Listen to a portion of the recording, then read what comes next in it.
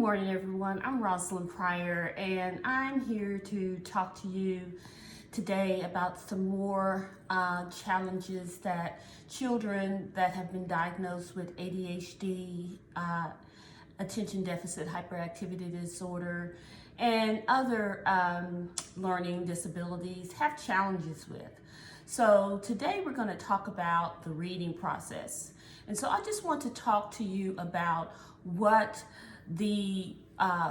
good readers do, what readers who haven't necessarily been diagnosed with ADHD do, how they process information, and how they become good readers and the things that they do to become good readers. So you'll know some of these things that you can indeed use with your child who has attention deficit disorder or processing disorders or developmental language disorders. All of these strategies all of these things are what good readers do.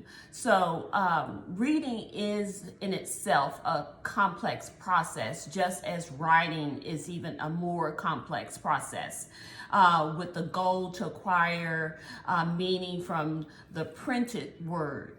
So these are some things that good readers do. Good readers decode words and recognize words at a rate that enables them to read with fluency and what we call automaticity. So that brings a read automatically. They don't pause, they don't have jagged reading styles. They're fluent in their reading process. Good readers also use all cueing systems: semantic, meaning vocabulary; syntactic, meaning word ordering; and graphophonemic, meaning how the letters look and the sounds that they make. So they use all of that to figure out unfamiliar words or words that aren't familiar to them and they haven't used necessarily in their language or vocabulary. So good readers also understand and figure out challenging vocabulary and word meanings. So they do that by using context clues, using the words that are around the words that they don't know. So if there's a word that they don't know in a sentence, they can figure it out by using the words that surround that word. Good readers also know how to read for specific purposes. Good readers use whatever background or prior knowledge, context clues they have about the subject to make inferences and meaning out of what they are reading. So they use all the information that they've learned from the past school years, all the information that they've learned in previous life situations, and they use that in their reading, and they use that to help them understand what they are reading. Good readers make connections as they read the text to other books previously read, to their own life experiences and to other information and concepts that they know. So they use that information and they make connections with things that they've already come in contact with. Good readers reflect as they read. They go through a reflection process as they're reading. They're thinking about things that are similar to the things that they are reading. Good readers also use effective metacognitive strategies to think about what they are reading and self-monitor their comprehension and their understanding. So metacognitive processes and strategies are basically thinking about thinking or thinking about reading. So they're going through those processes and they're using things to help them go through that metacognitive processes. Good readers also check for their own comprehension, and they make self-corrections along the way, by using strategies and realizing they're not getting the meaning and making sense of what is being read. So whatever the strategy may be, using a dictionary, stopping what they're doing to figure out, I don't know this word, I can't figure out this word, I can't use the context clues. They will stop and figure out what that word is before going on, so they can increase their understanding of what they've read. Good readers constantly predict and either confirm or change their predictions as they read. They can predict what will happen, or they will try to predict what will happen next in the story. What's going to happen 2 chapters from now? Where is the author going with this information? Good readers also understand organization and structure for different type of texts. We have different type of texts we read. We read narratives and we read expository reading, such as newspapers, nonfiction, fiction, short stories, graphic novels. So they have an understanding of what type of reading, what type of material that they are reading. Good readers also understand organization and story structure. They understand that characters, they understand setting, problem, action, resolution to the problem to aid comprehension of that literary text. So good readers sometimes even use tabs. It's like, okay, what is the setting? I'm going to tab that with red. What is the problem of the story? I'm going to tab that with yellow. Green. Let's use green for the action. What's going on in the story that is action? Use a green tab for that. So good readers do that.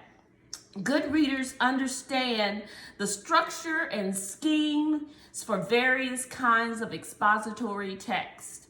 Good readers also visualize when they're reading. They can see the scenes and the characters and have mental images in their mind about what it is that they are reading.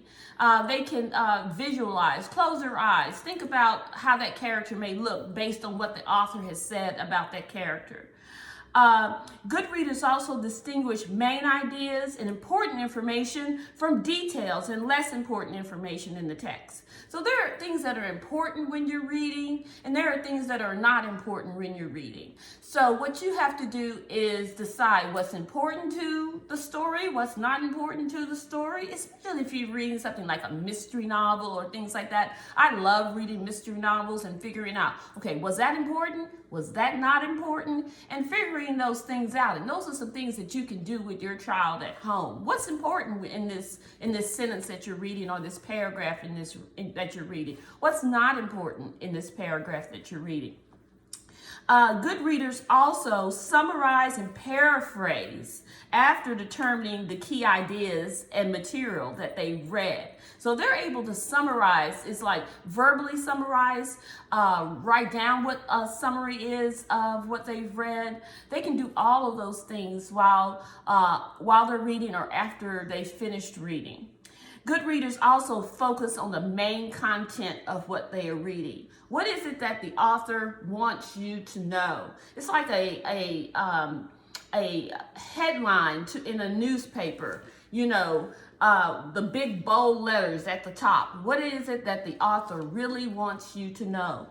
Good readers also recognize and understand cause and effect, fact and opinion, and compare and contrast relationships when they're reading.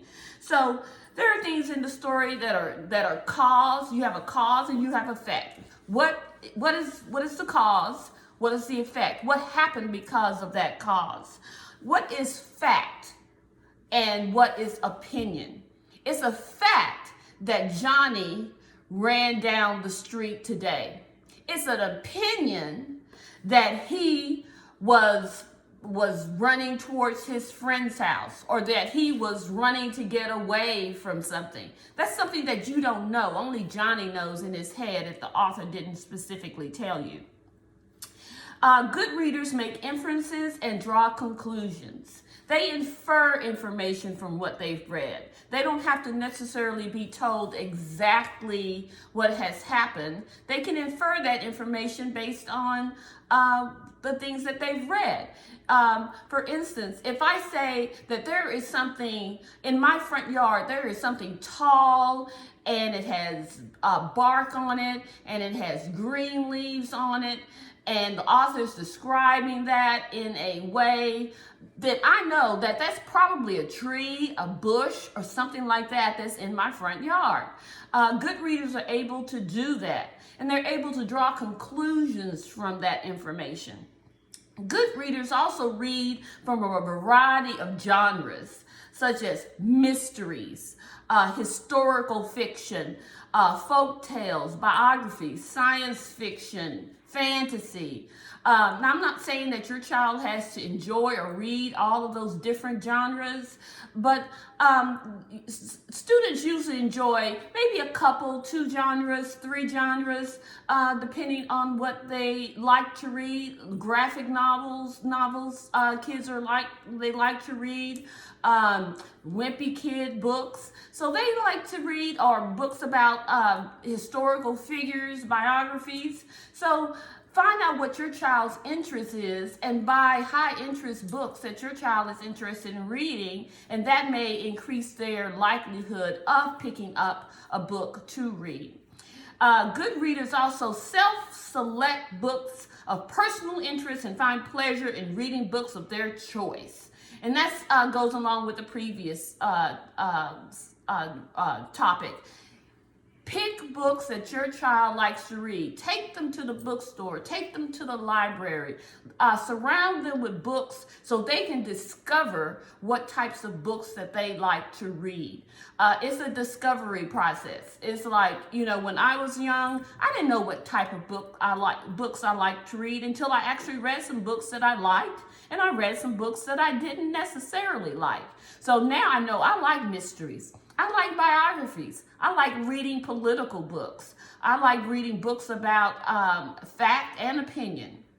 Lastly, apply and host of strategies in the process of actively reading for meaning. I'm going to say that again. Apply a host of strategies in the process of actively reading for meaning.